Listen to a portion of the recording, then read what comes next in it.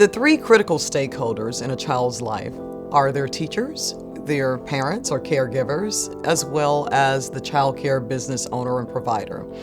And the Centers of Excellence are geared to make each one of those stakeholders excellent in providing early childhood education and school readiness for each one of those children.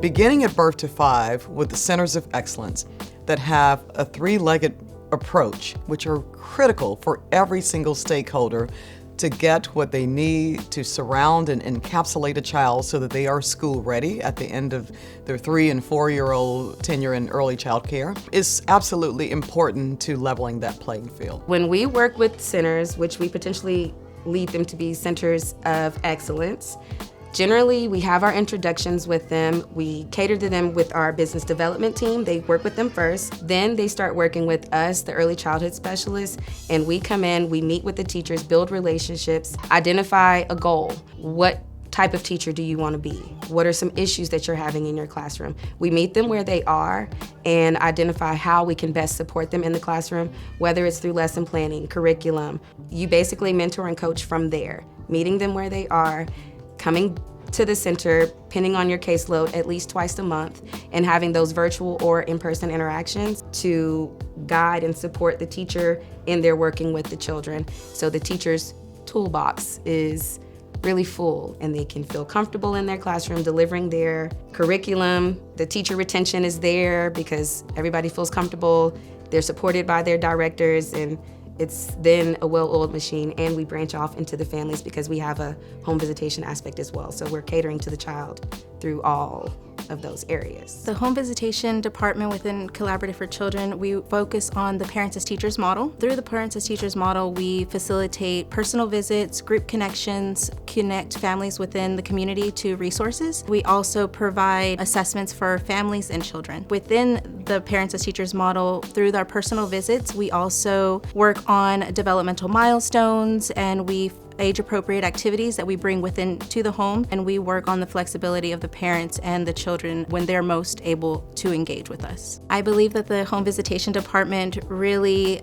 has an advantage within the community because we can offer our services free of charge to families 0 to 5 years of age. Children don't come with handbooks, so we are able to really go into the families and really strengthen their knowledge base and strengthen their positive interaction with their children already. Collaborative for Children has always sought to increase the capacity for child care business owners.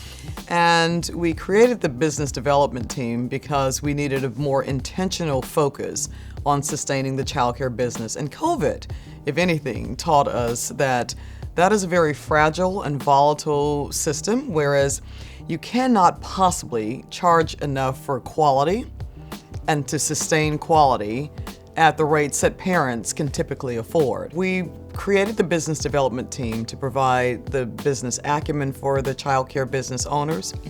So they're so solvent that they can access capital, especially in the event that there's a natural disaster or a pandemic. Collaborative for Children gives us the tools to be successful. They also give us the trainings to be successful with our teachers. Don Miller is our business development specialist, and Sean is dealing with the money, the budgeting, and everything like that. And they have been really helpful how to make sure that we're implementing what we're supposed to implement as far as the business structure of it. And then Sean comes and makes sure we're implementing like the financial part of it. He's the financial guy. He makes sure you're on track. What I love about Sean, he don't tell you what to do. He gives you all these suggestions that you need to do. And then it's up to you as a business owner to implement. We make sure when we listen to him, well, for one thing, we listen and we implement. And far as the business aspect of it, for as Don helping us with, just restructuring how we do things, implementing new processes, and not being afraid to pivot.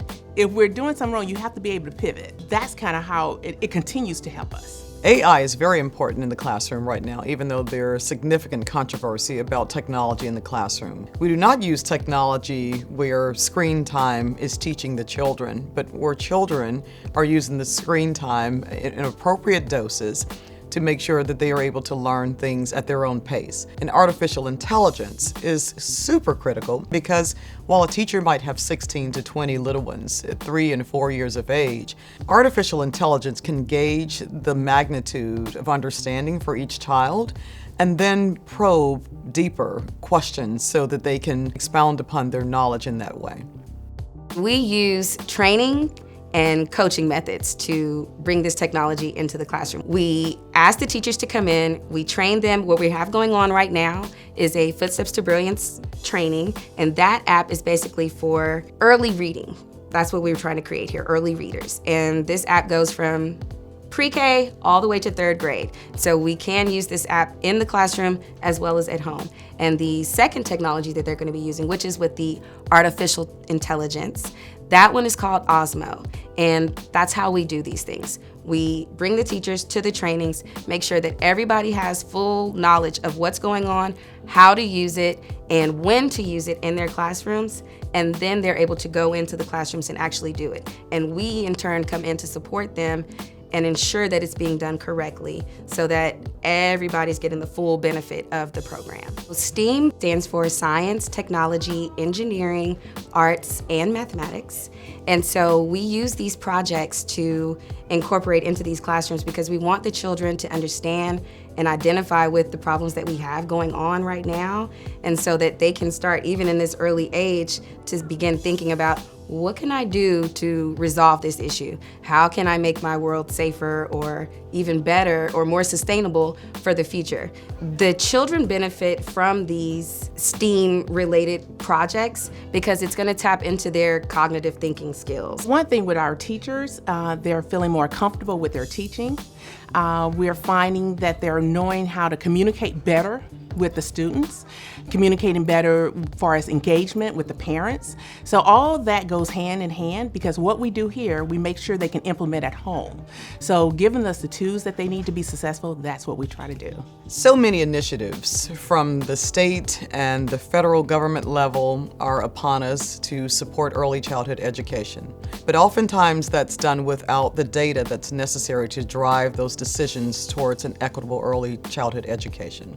Collaborative for Children has a data hub and the use of technology so that that information is not only real time, so that we can adjust and make changes necessary for every child. It's void of statistical bias, and it also enables a child to be successful with very clear, transparent data. Collaborative for Children is using an evidence-based approach through its centers of excellence to move the needle for every child to be successful at the beginning of their educational journey. Other entities continue to basically shoot from the hip or think of idealistic ways to help people along this journey towards a strong early education system, but without data, that means very little, and that means very little to the children who are dependent upon us to make equitable decisions for them.